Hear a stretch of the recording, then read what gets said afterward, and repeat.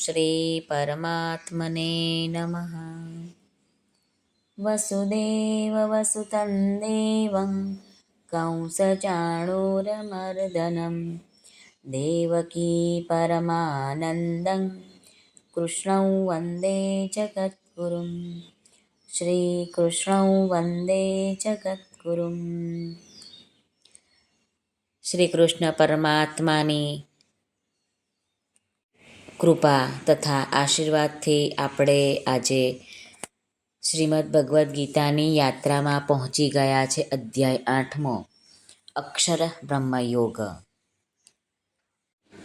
શ્રી ભગવાને 7મા અધ્યાયના અંતમાં પોતાના સમગ્ર રૂપનું વર્ણન કરતા બ્રહ્મ, અધ્યાત્મ, કર્મ, અધિભૂત, અધિદૈવ અને અધિયજ્ઞ આ 6 શબ્દોનો પ્રયોગ કર્યો અને આ સમગ્ર રૂપને જાણવાવાળા યોગીઓને અંતકાળમાં ભગવાનની પ્રાપ્તિ બતાવી.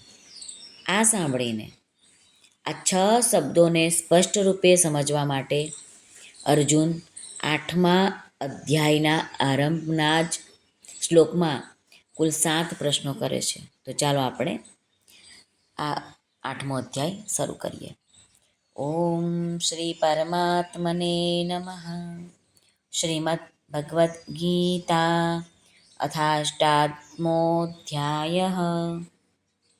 અર્જુન ઉવાચ કિં તદ્બ્રહ્મ કિમધ્યાત્મં કિં કર્મ પુરુષોત્તમ અધિભૂतं ચ કિં પ્રોક્તમધિદૈવં કિમુચ્યતે અધિયજ્ઞઃ કથં કોત્ર દેહેऽસ્મિन् મધુસૂદન પ્રયાણકાલે ચ કથં જ્ઞેયોऽસि નિયતાત્મભિઃ.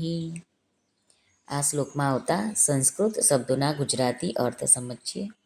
તત એટલે તે, કિમ એટલે શું છે, અધ્યાત્મ એટલે અધ્યાત્મ, અધિભૂતમ એટલે અધિભૂત નામથી, પ્રોક્તમ એટલે કહેવાયું છે, ચ એટલે અને,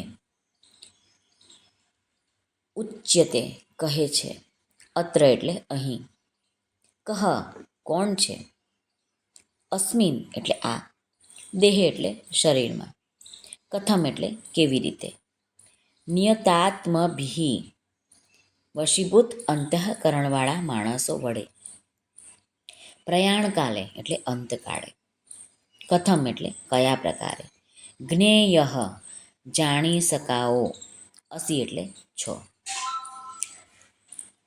સાધક સંજીવનીમાં રામસુખદાસજી મહારાજ વર્ણવે છે, પુરુષોત્તમ કિં તદ્બ્રહ્મ. હે પુરુષોત્તમ, તે બ્રહ્મ શું છે, એટલે કે બ્રહ્મ શબ્દથી શું સમજવું જોઈએ. કિમધ્યાત્મમ એટલે અધ્યાત્મ શબ્દથી આપનો શું અભિપ્રાય છે. કિં કર્મ, કર્મ શું છે, એટલે કે કર્મ શબ્દથી આપનો સ્વભાવ છે. અધિભૂતં ચ કિં પ્રોક્તમ, આપે જે અધિભૂત શબ્દ કહ્યો છે તેનો અર્થ શું થાય છે. અધિદૈવં કિં મુચ્યતે એટલે કે અધિદેવ કોને કહેવામાં આવે છે. અધિયજ્ઞઃ કથમ કોત્ર દેહેસ્મિન, આ પ્રકરણમાં અધિયજ્ઞ શબ્દથી કોને લેવું જોઈએ, તે અધિયજ્ઞ આ દેહમાં કેવી રીતે છે. મધુસૂદન પ્રયાણકાલે ચ કથં જ્ઞેયોऽસિ નિયતાત્મભિઃ.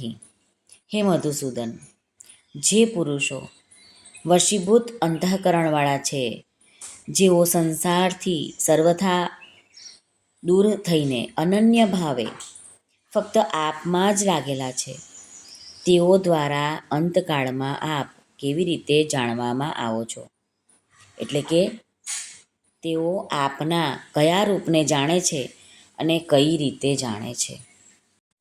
હવે આગલા શ્લોકોમાં ભગવાન આ 7 પ્રશ્નોનો ઉત્તર સરસ રીતે આપે છે. 8 થી 16 શ્લોકમાં સગુણ નિરાકાર, નિર્ગુણ નિરાકાર અને સગુણ સાકારની ઉપાસનાનું વર્ણન કરશે.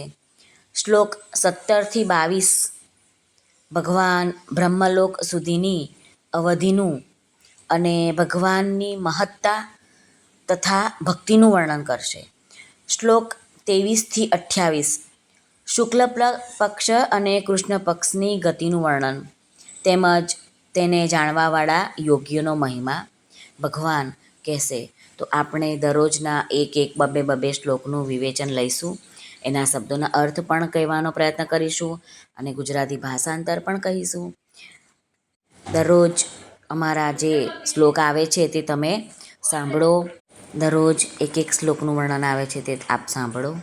અને અમારી આ ચેનલ છે ધાર્મિક, એને લાઈક, શેર અને સબસ્ક્રાઈબ જરૂરથી કરશો, જેથી આવનારા નવા વિડીયો તમારા સુધી તરત પહોંચી શકે.